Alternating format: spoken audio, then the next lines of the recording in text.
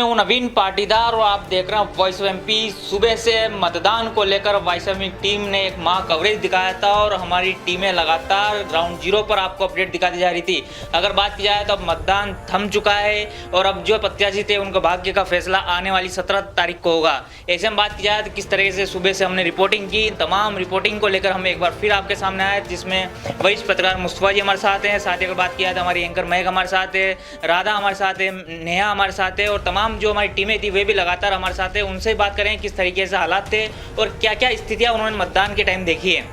ऐसे में आप बात करते हैं वरिष्ठ पत्रकार मुस्तफा जी सबसे पहले और उनसे पूछेंगे किस तरीके से आज वॉइस एमपी टीम ने एक बार फिर जो है कमाल करके दिखाया। मुस्तफा जी क्या मानते हैं, एक बार फिर जो है जनता के भरोसे पे वॉइस एमपी की टीम जो है खरी उतरी है? बिल्कुल, वॉइस ऑफ एमपी की टीम जनता के भरोसे पे पूरी तरह खरी उतरी है और जैसा कि आज सुबह से 7 बजे से जो वॉइस ऑफ एमपी की तमाम टीम है वो पूरी तरह एक्टिव हो गई थी और चप्पे चप्पे से जिस तरह से रिपोर्टिंग की गई और जैसा फीडबैक हमें पब्लिक से मिल रहा था कि लगातार लोग अपडेट देखने के लिए वॉइस ऑफ एमपी का जो हमारा न्यूज़ एप्लीकेशन है उसको देख रहे थे, वॉइस ऑफ एमपी का यूट्यूब चैनल है उसको देख रहे थे और इसके अलावा फेसबुक पे वो हमारे कवरेज देख रहे थे। और सबसे ख़ास बात है कि जो नीमच शहर का सबसे बड़ा नेटवर्क है KTV के 130 नंबर चैनल पे लगातार लोग चुनाव का अपडेट देख रहे थे। और जैसा मैं आपको एक बात बताता हूँ नवीन कि जब शहर के संग्राम का ऐलान हुआ तो वॉइस ऑफ एमपी की टीम ने पूरे शहर के 40 वार्डों में सर्वे किया, वार्ड परिक्रमा की, वार्ड की समस्याओं को लाकर जो राजनीतिक दल है उनके सामने रखा और उसमें ये पता किया कि आखिर जनता किन तकलीफ़ों से पीड़ित है। उसके बाद यदि उम्मीदवारों की बात की जाए, जब प्रत्याशियों के नामों का ऐलान किया तो सबसे पहले वॉइस ऑफ एमपी ने जो उम्मीदवारों की सूची थी लोगों तक पहुंचाई और इस पूरे महासंग्राम के अंदर जो ये पूरा अभियान चुनाव चला इसमें 154 से ज़्यादा उम्मीदवारों की इंटरव्यूज़ वॉइस ऑफ एमपी ने दिखाया, उनका जनसंपर्क दिखाया और उनके वार्ड में किस तरह से क्या क्या वोटर्स को रिझाने के लिए प्रत्याशी क्या कर रहे हैं उसकी पूरी कवरेज दिखाई। और आज पूरे दिन मतदान की हर पल की हर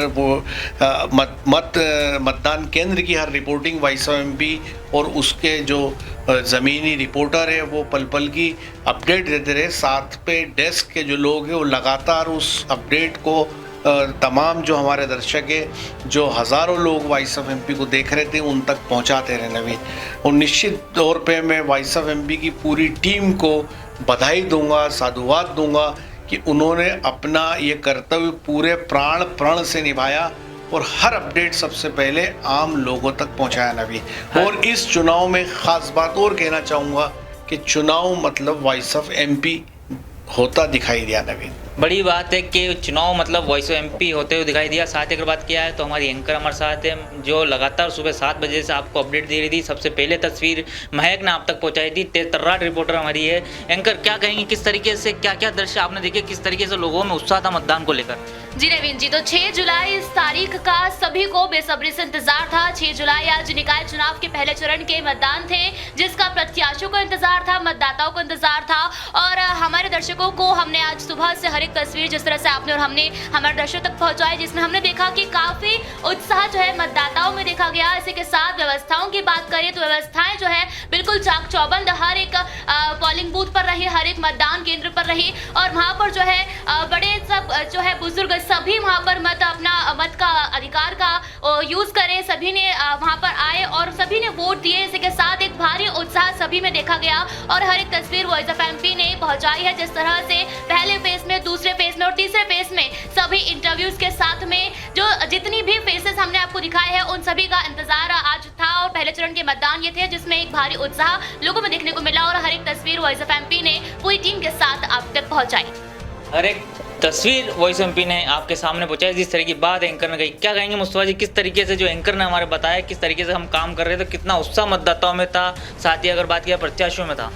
देखिए नवीन, इसमें कोई शक नहीं है कि जिस तरह से इस बार एक चुनाव में ख़ास बात देखने को मिली वो देखने को ये मिली जो मैंने कई चुनाव देखे पिछले 30 सालों में, निकाय के, पंचायतों के, लोकसभा के, विधानसभा के। लेकिन इस बार जो नीमच नगर पालिका का चुनाव मैंने देखा, उसमें मैंने जो ख़ास तौर पे जो रिपोर्टिंग्स देखी और ग्राउंड ज़ीरो की जो स्थितियाँ मैंने देखी, उसमें मैंने ये देखा कि वोटर इस बार पूरी तरह साइलेंट था।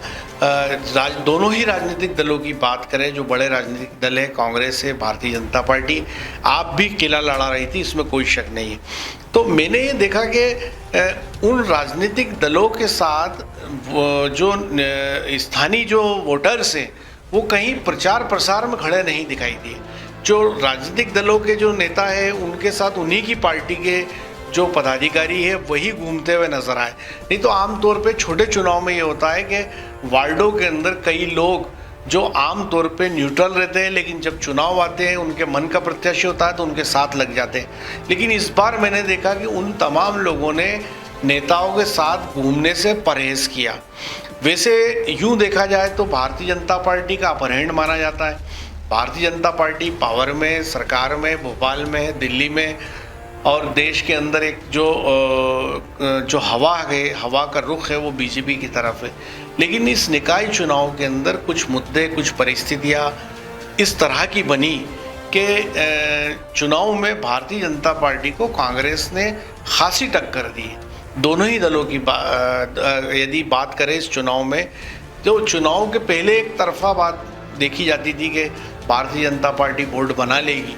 लेकिन जैसे जैसे चुनाव परवान चढ़ा, जैसे जैसे बात आगे बढ़ी, जैसे जैसे जो खबरें हमारे रिपोर्टर्स हमें भेजते रहे, हम उनको देखते रहे और हवा के रुख को जो हम भांपते रहे, तो उसके बाद हमने देखा कि चुनाव काटा जोड़ है, एक तरफा नहीं है, क्लीन स्वीप नहीं है।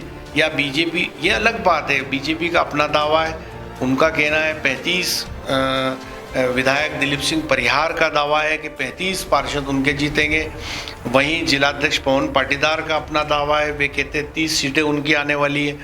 तो ये उनका अपना दावा है। वहीं कांग्रेस के नंदकिशोर पटेल से हमने बात की तो उन्होंने कहा कि 25+ कांग्रेस रहेगी।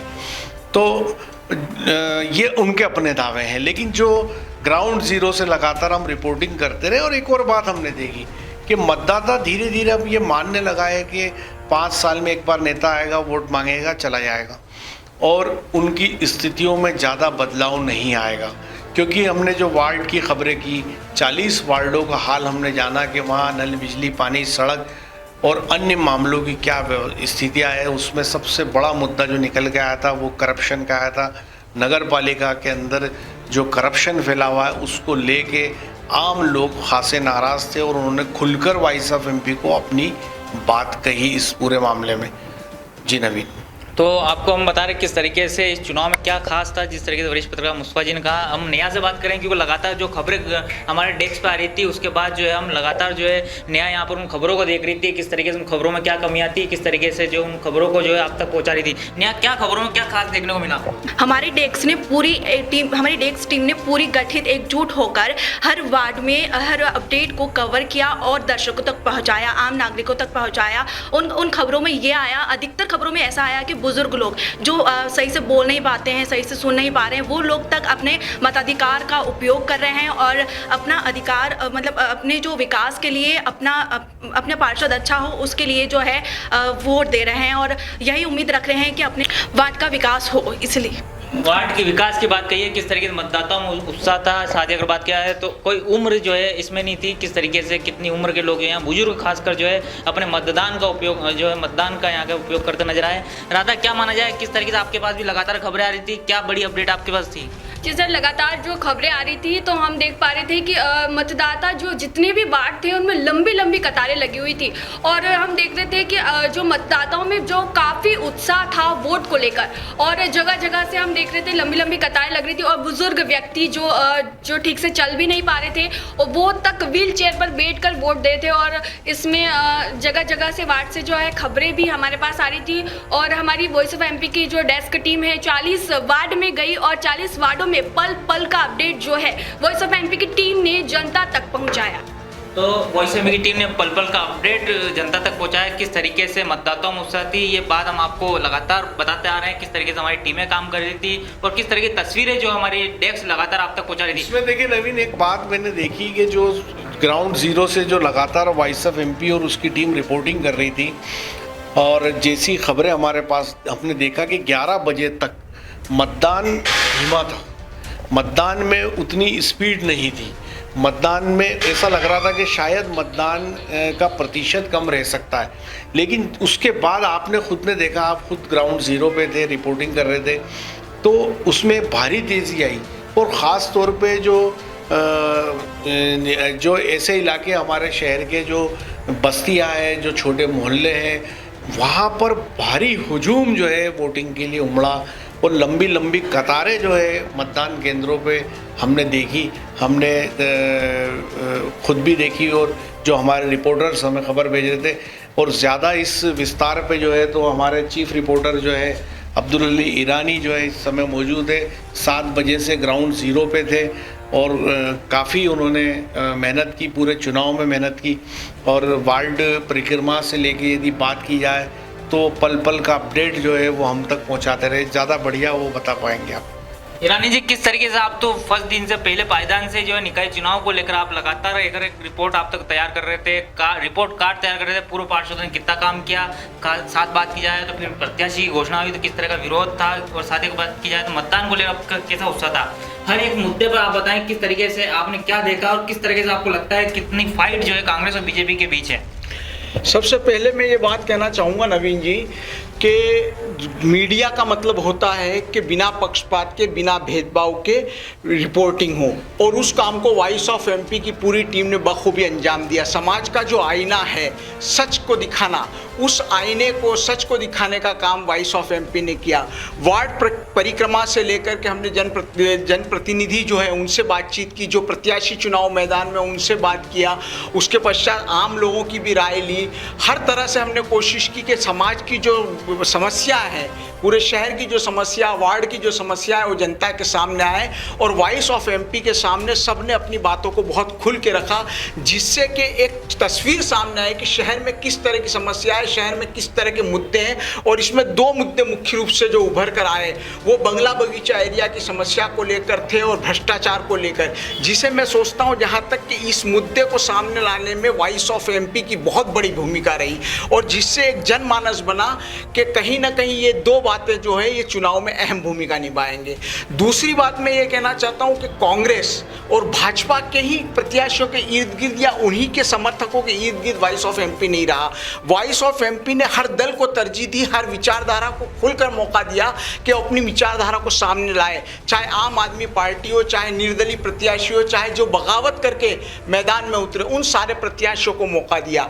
आज की रिपोर्टिंग की बात की जाए तो सुबह 7 बजे से वॉइस ऑफ एमपी के मेरे सहित सभी साथी, आप, हमारे जो वॉइस ऑफ एमपी हुसैन जी खुद इसमें लगे हुए थे। सुबह से इन्होंने पूरी टीम को इंस्ट्रक्शन दे दिए थे किस तरह से काम करना है, और पूरी तरह से खुले ढंग से इस बात को कहा गया था कि रिपोर्टिंग इस स्तर की हो कि जिससे कि समाज की, लोगों की, वार्ड की सारी स्थिति एकदम से सामने आए। सुबह से देखने में आ रहा था विशेष रूप से। जी, मैं एक बात बोलूँगा कि एक खबर आपकी मैंने देखी थी जिसमें मतदान केंद्र पर एक 70-80 साल की एक बुजुर्ग महिला वोट देने आई थी, और जब वोट दे रही थी वो उस समय उसने वॉइस ऑफ एमपी से आपसे बात करते हुए अपना दर्द बयां किया और वो रोने लग गई जी। और बड़ा मार्मिक वो सीन था कि जब एन वोटिंग के लिए, जैसा अभी मैंने कुछ देर पहले नवीन को कहा कि मतदाताओं के दिमाग में अब एक बात आने लगी है कि 5 साल होंगे, नेता आएंगे, वोट लेंगे, चले जाएंगे। आप देखिए वो 80 साल की महिला जो आपसे बात कर रही थी, वो वोट देने आई थी जी।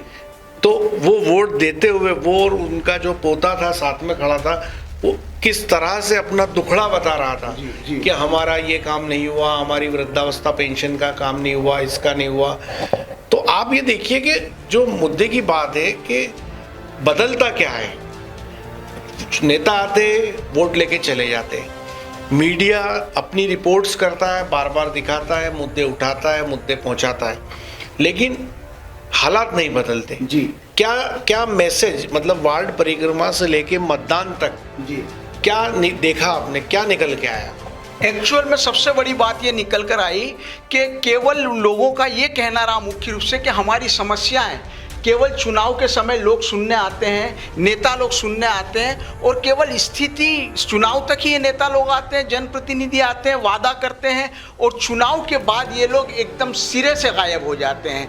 इस तरह की स्थिति निर्मित हो जाती है कि इन्हें ढूंढना मुश्किल हो क्या जाता आपको है। लगता है कि नेताओं पे अब भरोसा लोगों का कम होता जा रहा है? बिल्कुल, ये बात खुलकर सामने आई है। लोगों ने इस बात को वॉइस ऑफ एमपी के सामने रखा है, हम लोगों के सामने रखा है कि नेताओं पे भरोसे नाम की चीज़ बिल्कुल नहीं दिखती है। अब तो वो लोग गारंटी मांगने लगे हैं कि क्या गारंटी है, किस तरह की गारंटी है, किस प्रकार से हमारे समस्याओं के समाधान के लिए आप चुनाव के बाद वापस आएंगे कि नहीं आएंगे।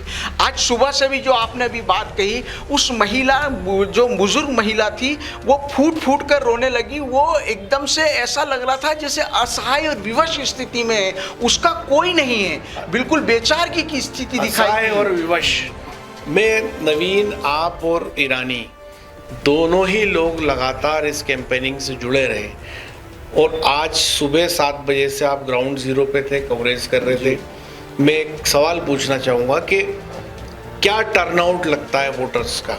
क्या भारतीय जनता पार्टी या कांग्रेस, क्या कहेंगे आप? मुस्तफा जी, अगर कहें तो जो दृश्य हमने पोलिंग बूथ पर देखे, जिस तरीके से पोलिंग बूथ पर जो उनके समर्थक जो कैंडिडेट थे उनकी भीड़ देखने को मिली, तो हर एक पोलिंग बूथ पर जो है कुछ नया देखने को मिला। क्योंकि हम और आप कह नहीं सकते हैं कि क्या किस तरफ जो है मतदाताओं को रुझान होगा, कैसी स्थितियाँ आने वाली 17 जुलाई को होगी। लेकिन जिस तरीके से आप दृश्य थे, तो ऐसा तो लगता है कहीं ना कहीं फाइट जो है 50-50 है। कहा नहीं जा सकता है कि कांग्रेस की जीत होगी या भारतीय जनता पार्टी की जीत होगी, लेकिन एक बार फिर जो है इसमें एक खास भी देखना होगा, निर्दलीय भी कहीं ना कहीं दम भरते हुए दिखे इस चुनाव में। निर्दलीय की जो पोलिंग बूथ थे वहां पर भी जो बड़ी संख्या में उसके पक्ष में जो है वोटर थे, वहां पर खड़े हुए दिख रहे थे, उनके लिए काम करते हुए दिख रहे थे। तो यानी कहा जाता है कि कहीं ना कहीं भारतीय जनता पार्टी, कांग्रेस और निर्दलीय, साथ ही अगर बात करें तो आम आदमी पार्टी भी कहीं ना कहीं यहाँ पर टक्कर देती हुई दिखी। क्योंकि अक्सर देखा जाता है कि पोलिंग जो होते हैं वहां का दृश्य दिखा। आम आदमी पार्टी के जिला अध्यक्ष अशोक सागर का जो कैंपेनिंग जी आप दोनों ने कवर किया, वो खासे दम में नजर आ रहे थे। तो क्या निर्दलियों की बात पे क्या कहेंगे आप? निर्दलियों की बात पे ये लगता है कि अभी वो लोग कोशिश में हैं, और जनता बिल्कुल साइलेंट, वोटर्स जो है वो साइलेंट दिखाई दे रहे हैं। वोटर साइलेंट है। वो किस तरफ मूड करेंगे अंदर जाकर, वो जब वोट डालने जाएगा तो अंदर वो किस जगह पे बटन दबाएगा, अभी वो कहना बहुत मुश्किल नजर आ रहा है। लेकिन ये जरूर दिखने में आया कि सुबह से लोग वोट के मामले में यानी अपना गुस्सा निकालने की स्थिति में थे। उत्साह के साथ साथ ये दिखाई दे रहा था कि वो बटन दबाकर अपनी नाराजगी का इजहार ज्यादा करते हुए दिखाई दे। एक बड़ी बात ईरानी की बात में निकल के आई है कि जो मतदाता पोलिंग बूथ पे जा रहा था, उसके अंदर वोटिंग के जोश की जगह गुस्सा नजर आ रहा था, और वो दर्द बयां करती वो महिला 80 साल की पोलिंग बूथ पे दिखी। एक बड़ी बात निकल के आई है कि वोटर्स वोट देने जा रहा है, साथ में उसके गुस्से का इजहार कर रहा है। अब वो गुस्सा का इजहार में वोट किसको मिला? बीजेपी को मिला, कांग्रेस को मिला, निर्दलीय को मिला? ये तो पता पेटियां खुलने के बाद चलेगा, ये गिनती होने के बाद चलेगा, 17 जुलाई का जो आपने जिसे अभी कहा है। तो बड़ी इस चुनाव में बहुत ख़ास बातें निकल के आई। वोटर साइलेंट है, वोटर राजनीतिक दलों के साथ खुले में जाने के लिए तैयार नहीं है, और वोटिंग करते वक्त उसमें एक गुस्सा नज़र आया। तो आज ये जो महाकवरेज वॉइस ऑफ एमपी करा, मैं आप सबको, आपको साधुवाद दूंगा कि पूरी टीम के साथ आप ग्राउंड जीरो पे जो है तो डटे रहे, और इस पूरे काम को आपने बेहतर तरीके से इसको पूरा कंडक्ट किया। वो बहुत अच्छी तरीके से हमने आपको अपडेट दिखाया, किस तरीके से पल पल की जानकारी दिखा रहे थे। क्योंकि हमारी डेस्क लगातार जो यहाँ पर मजबूत थी, जिस तरीके से आप तस्वीरें देख सकते हैं कि डेस्क पर लगातार जो हमारे साथ उत्कर्ष भी जुड़े हुए थे, जो आप तक खबर पहुँचा रहे थे। उनके पास भी लगातार मतदान की हर एक खबर आ रही थी, हर एक अपडेट आ रही थी। उत्कर्ष से भी बात करेंगे कि किस तरीके से आपके पास क्या अपडेट थी और किस तरीके से आप जो है खबर पहुँचा रहे थे, क्या खास मतदान में क्या देखने को मिला और किस तरीके से आपके पास खबरें आ रही थी। जी नवीन जी, मैं आपको बताऊंगा कि वॉइस ऑफ एमपी की पूरी टीम सुबह 7 बजे से ही चुनाव के महा कवरेज को कवर करने में लगी हुई थी।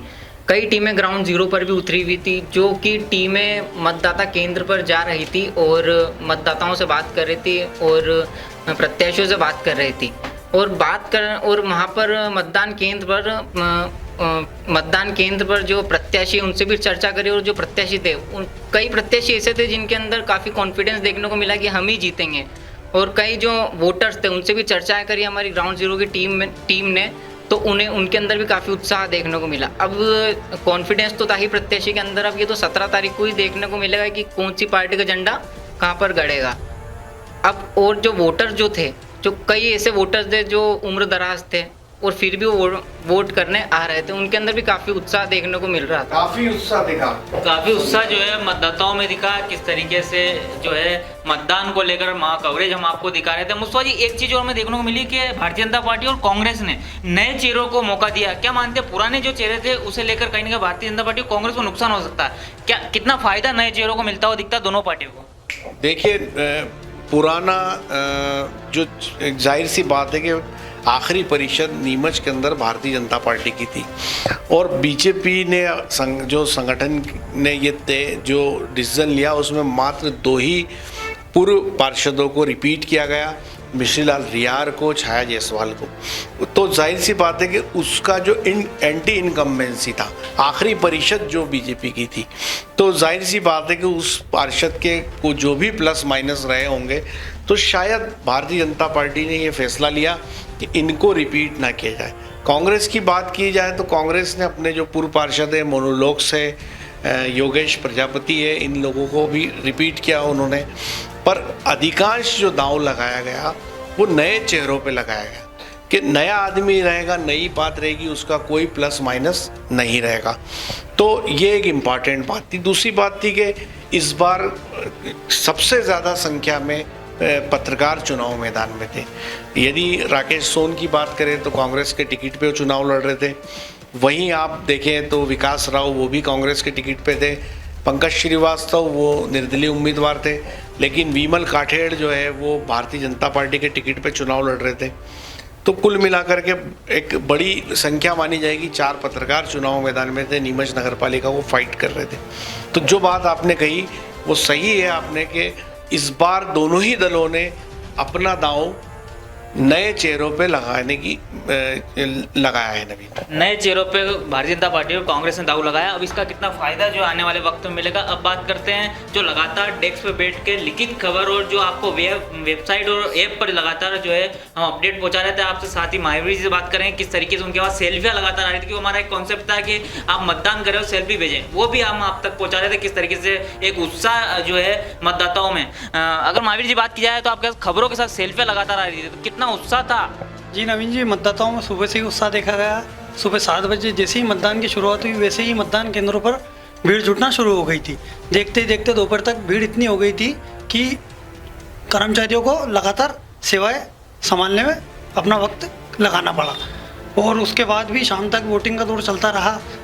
नीमच में बात की जाए तो 69.6% शाम तक मतदान हुआ। कुल 112 मतदान केंद्र बनाए गए थे जहां पर वॉइस ऑफ एमपी की टीम लगातार अपने दर्शकों तक अपडेट पहुंचा रही थी। वहीं बात की जाए तो 153 उम्मीदवारों के भाग्य का फैसला ईवीएम में कैद हो चुका है, जिसका 17 जुलाई को मतगणना की जाएगी। 17 जुलाई को ये फैसला क्लियर होगा कि कौन सत्ता में रहेगा और कौन बाहर होगा। महावीर, आज आपने कैंपेन चलाया था कि वोट करें सेल्फी भेजें, तो कितने वोटर से जिसने वॉइस ऑफ एमपी को अपनी सेल्फी भेजी? क्या सैकड़ों की संख्या में आपके पास फोटोज आए वोटर्स के? जी, सुबह से ही ये वोटर्स के फोटो आना स्टार्ट हो गए थे और शाम तक में ये संख्या लगभग 300 के आसपास पहुंच चुकी थी और अभी भी हमारे पास फोटो लगातार आ रहे हैं।